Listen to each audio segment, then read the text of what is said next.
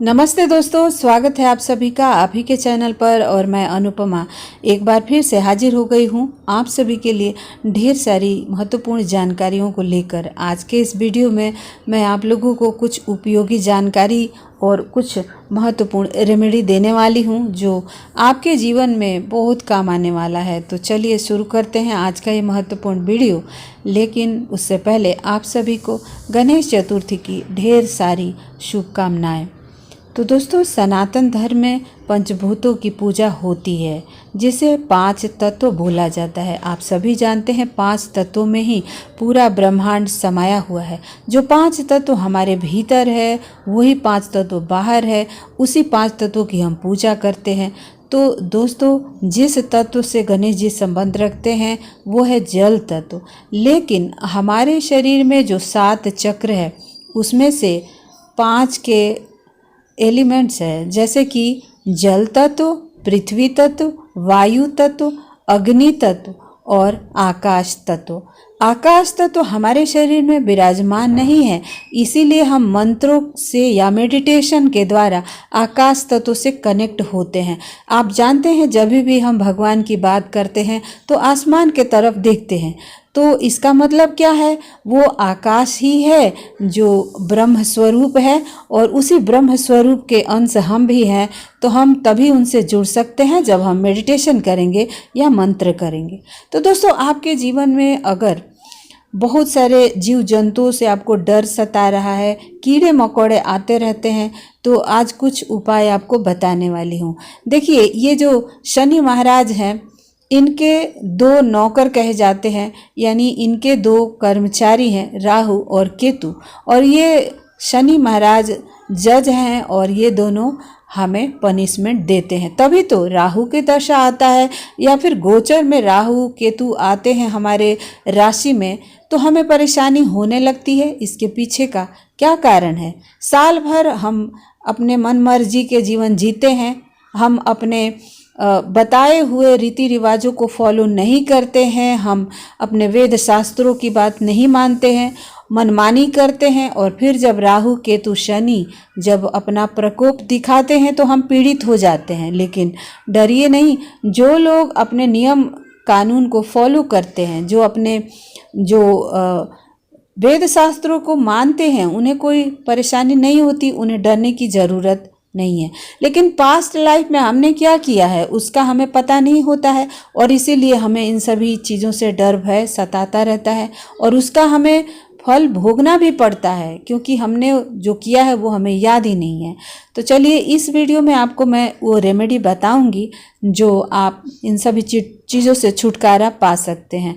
तो दोस्तों, हमारे शरीर में जो 5 तत्व है उसमें सबसे लोअर जो चक्र है जिसे मूलाधार कहते हैं उसका तत्व पृथ्वी है और उसी से इनका संबंध है। यानी कि बुध ग्रह जो है और ये गणेश जी, इनका संबंध हमारे मूलाधार चक्र से है। मूलाधार चक्र बहुत इम्पॉर्टेंट है सांसारिक सुखों के लिए, क्योंकि सांसारिक सुखों के लिए जितना आदमी प्रयत्न कर रहा है, लगा हुआ है, उसको सुख चाहिए, भोग विलास चाहिए, तो इसका मतलब यही है कि व्यक्ति का ध्यान मूलाधार में ही फंसा हुआ है।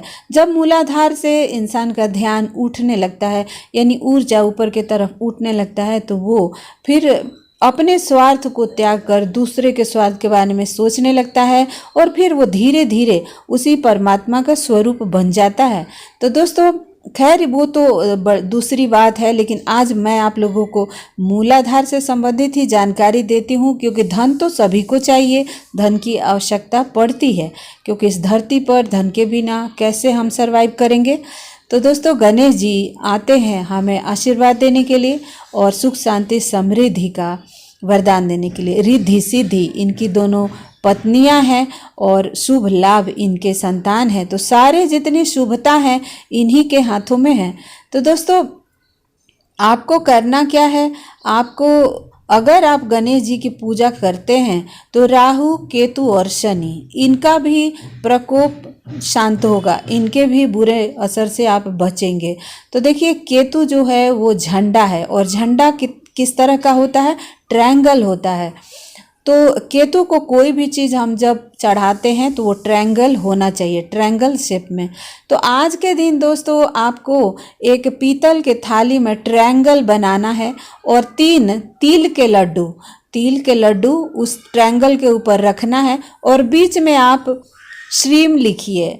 श्रीम यानी वो लक्ष्मी, श्रीम जो अक्षर है वो अपने आप में माता लक्ष्मी का प्रतीक है। तो अगर आप उस ट्रायंगल के बीच में श्रीम लिख देते हैं और तीनों कोने पर 3 लड्डू चढ़ाते हैं, अगर आपको तिल का लड्डू ना मिले तो नॉर्मल लड्डू भी चढ़ा दीजिए और धूप दीप करके, और उस तीनों लड्डू को अगर जल में प्रवाहित कर सकते हैं तो अच्छा है, और नहीं कर सकते तो आप किसी जीव जंतु को खिला दीजिए।